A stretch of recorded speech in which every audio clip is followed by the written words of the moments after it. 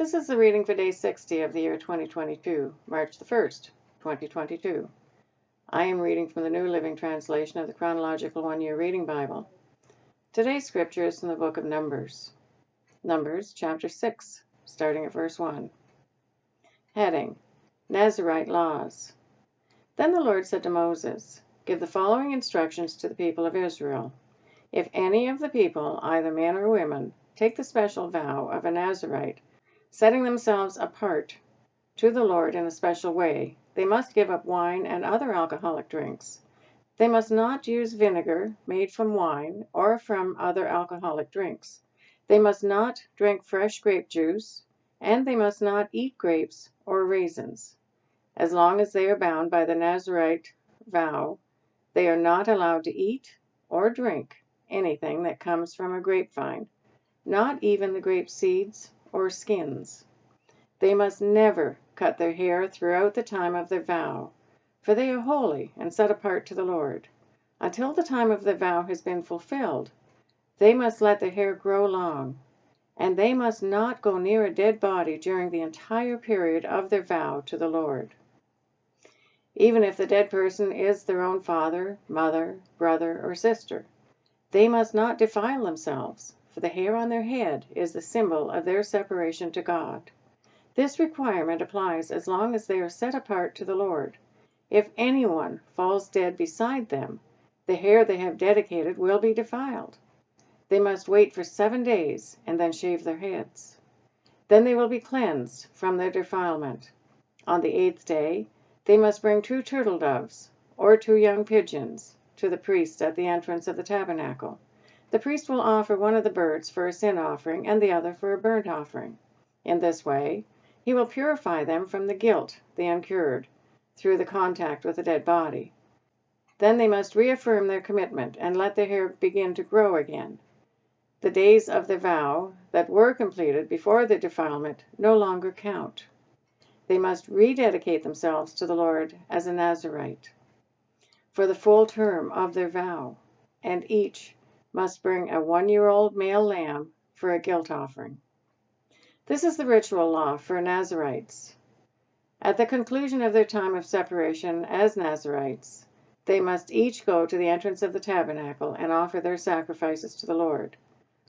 A 1-year-old male lamb without defect for a burnt offering, a 1-year-old female lamb without defect for a sin offering, a ram without defect for a peace offering, a basket of bread made without yeast, cakes of choice flour mixed with olive oil, and wafers spread with olive oil, along with the prescribed grain offerings and liquid offerings.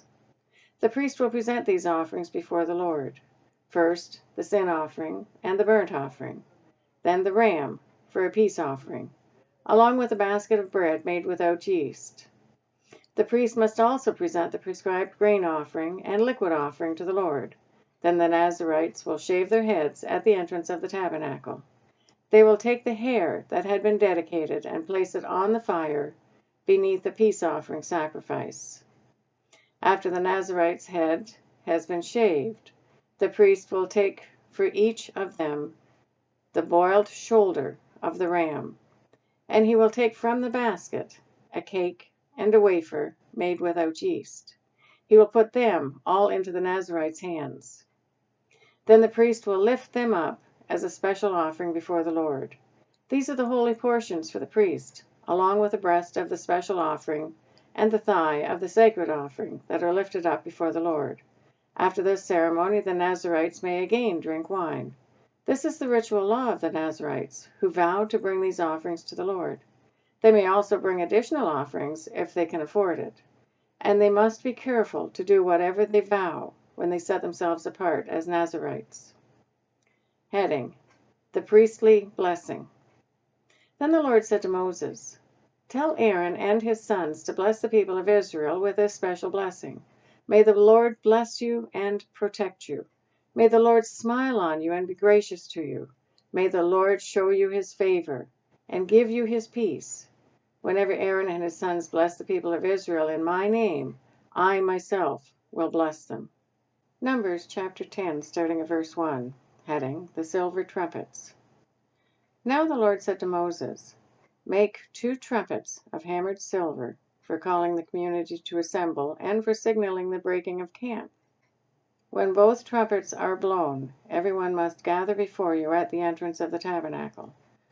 But if only one trumpet is blown, then only the leaders, the heads of the clans of Israel, must present themselves to you. When you sound the signal to move on, the tribes camped on the east side of the tabernacle must break camp and move forward.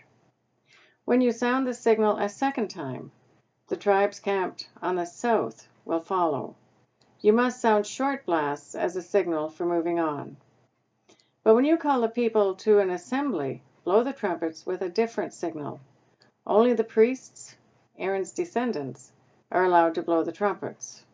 This is a permanent law for you, to be observed from generation to generation. When you arrive in your own land and go to war against your enemies who attack you, sound the alarm with the trumpets. Then the Lord your God will remember you and rescue you from your enemies. Blow the trumpets in times of gladness too, sounding them at your annual festivals and at the beginning of each month. And blow the trumpets over your burnt offerings and peace offerings. The trumpets will remind your God of his covenant with you. I am the Lord your God." Heading: The Israelites leave Sinai. In the 2nd year after Israel's departure from Egypt, on the 20th day of the 2nd month, the cloud lifted from the tabernacle of the covenant.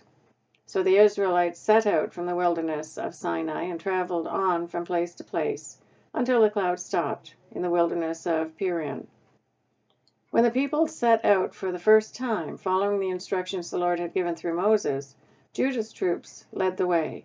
They marched behind their banner, and their leader was Nahshon, son of Amminadab. They were joined by the troops of the tribe of Issachar, led by Nethanel, son of Zeuar, and the troops of the tribe of Zebulun, led by Eliab, son of Helon. Then the tabernacle was taken down, and the Gershonite and Merarite divisions of the Levites were next in line of march, carrying the tabernacle with them. Reuben's troops went next, marching behind their banner. Their leader was Eleazar, son of Shadur. They were joined by the troops of the tribe of Simeon, led by Shelumiel, son of Zurishaddai, and the troops of the tribe of Gad, led by Eliasaph, son of Dewel. Next came the Kohathite division of the Levites, carrying the sacred objects from the tabernacle. Before they arrived at the next camp, the tabernacle would already be set up at its new location. Ephraim's troops went next, marching behind their banner. Their leader was Elishama, son of Ammihud. They were joined by the troops of the tribe of Manasseh, led by Gamaliel, son of Pedashur, and the troops of the tribe of Benjamin, led by Abidan, son of Gideoni. Dan's troops went last, marching behind their banner and serving as the rear guard for all the tribal camps. Their leader was Iezer, son of Ammishaddai. They were joined by the troops of the tribe of Asher, led by Pagiel, son of Okran, and the troops of the tribe of Naphtali, led by Ahira, son of Enan. This was the order in which the Israelites marched, division by division. One day Moses said to his brother-in-law, Hobab, son of Reuel, the Midianite, "We are on our way to the place the Lord promised us. For he said, 'I will give it to you. Come with us, and we will treat you well, for the Lord has promised wonderful blessings for Israel.' But Hobab replied, 'No, I will not go. I must return to my own land and family.' 'Please don't leave us,' Moses pleaded. 'You know the places in the wilderness where we should camp. Come, be our guide. If you do, we'll share with you all the blessings the Lord gives us.' They marched for 3 days after leaving the mountain of the Lord, with the ark of the Lord's covenant moving ahead of them, to show them where to stop and rest. As they moved on each day, the cloud of the Lord hovered over them. And whenever the ark set out, Moses would shout, 'Arise, O Lord, and let your enemies be scattered. Let them flee before you.' When the ark was set down, he would say, 'Return, O Lord, to the countless thousands of Israel.'"